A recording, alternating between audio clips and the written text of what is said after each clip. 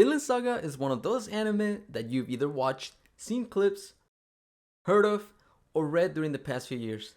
It's also that one show your annoying friend keeps recommending you to watch over and over again. When it comes to anime depicting history, it should be one of the first that come to your mind. I would probably consider it one of my favorites as well. It was also animated by Studio Wit, so all you AOT fans should actually want to watch this. Now, it may not have the best animation or CGI in it, although its openings are bangers.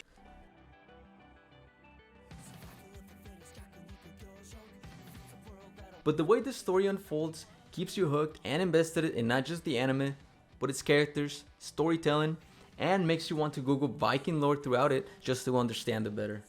With season 2 coming out next month, I don't understand why I have not seen much hype around it. But it makes this the perfect place to prepare you and get you to watch or rewatch this modern masterpiece. I would try to keep spoilers to a minimum as well, so now, let's get into it. Vinland Saga immediately starts you with a naval skirmish between the Norwegians and Danes. The man who runs away is Thors, who is the father of the protagonist, Thorfinn. We then follow Thorfinn in his quest to avenge his father, who was killed by the man that leads his own party of raiders called Ashalad. Through his perspective, we learn to understand what drives him and how his quest leads him astray off the path his father wanted him to avoid. This isn't some edgy protagonist who kills just to kill. It's someone who swore to attain his objective by any means. Someone who loses himself and completely changes from the sweet child he used to be. Thorfinn spent days just living on a second boat to never lose sight of Ashalad, and continue with him in his journey for that reason alone.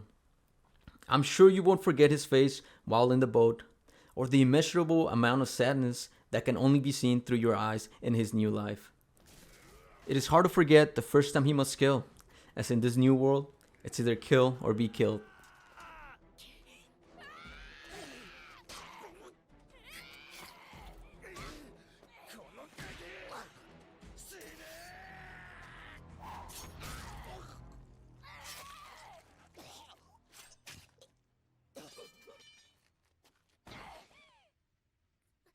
If it means going against every lesson that was taught to him, if it means losing his humanity in the process, and if it means never seeing your family again. The only reason he does any of this is due to Ashalad only agreeing to a duel after earning enough merit and be acknowledged by him. While Thorfinn is driven only by hatred, it is never specifically stated or shown what Ashalad feels towards him. He can one day kick him and send him flying, and another day can talk to him as if it was his own family. The main parts we see are how he manipulates Thorfinn by using that same hatred against him.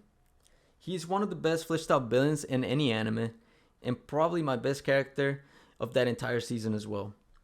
But speaking of Ashalad, him alone will make you want to watch this show. He is one of the best modern villains in recent times, not only because of what he does, but also because of who he is. The first few times, we simply see him as just a mercenary who will do any job for money. Throughout the story, we learn that he is much more than just a simple-minded raider, that he in fact does care for his group and cares about the events going around him. He is intelligent enough to pick his battles and lead them into the path that will always result in the biggest benefit. His demeanor, character, and overall portrayal will make you want to follow him anywhere, even if he is the villain. His backstory also gives us a lot of explanations as to why he became who he is and why he chose this path. He is more than just an antagonist, someone that has dreams like any other person. There is so much that can be discussed on him alone, but I will leave that for you to discover.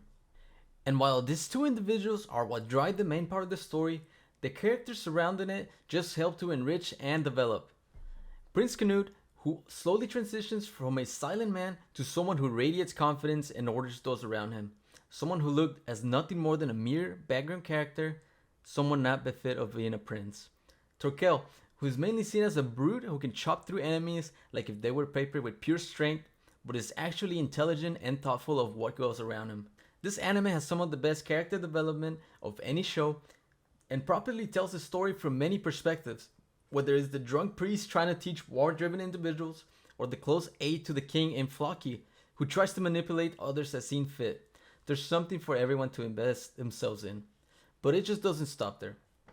While becoming invested in what your eyes see, you completely forget that this grim, sad tale is nothing but a prologue, only a setup to a much bigger story. One of the aspects that make this anime stand near the top is this raw, real feel it has to it. While there is already a bunch of shows that depict violent, bloody acts, Vinland Saga has the extra feel of realism to them. It depicts a period of time in which atrocities like such were simply common, where killing was part of life to most men and kingdoms and being part of a war were celebrated. A time period where innocent people were traded as slaves on a daily or slaughtered in their villages for resources in times of war. Where showing kindness and helping a stranger in need turns into a nightmare as you get raided during the night. A time where anything from the elderly to women to children were not spared at all. It shows acts you usually just read in history classes or books that help you understand war and human life back then. And to add to the realism feel, some of the battles and characters that are in the story are actually based on real life individuals. Thorfinn, Thorkel, Prince Canute all are based on real life ancestors of that era. Vinland Saga depicts all of this, providing you with a show that was clearly thought into and put effort in order to translate the feelings of the author to us. Sure, there might be shows that you liked and enjoyed more in the past. There might be shows that you have shown what near perfect animation looks like. There's other manga or anime that might be greater than this. But Vinland Saga just has a certain feel of greatness to it. A story that once experienced will leave you with moments you will remember forever. Moments that you will be able to show to others and create the same impact it had on you. I know for a fact that you would feel just like me and be looking forward to the next arc in this story week by week. Anyways, I hope this convinces you to give it a try and be ready for what's next to come in this anime next year. Thanks for watching, and I'll see you later.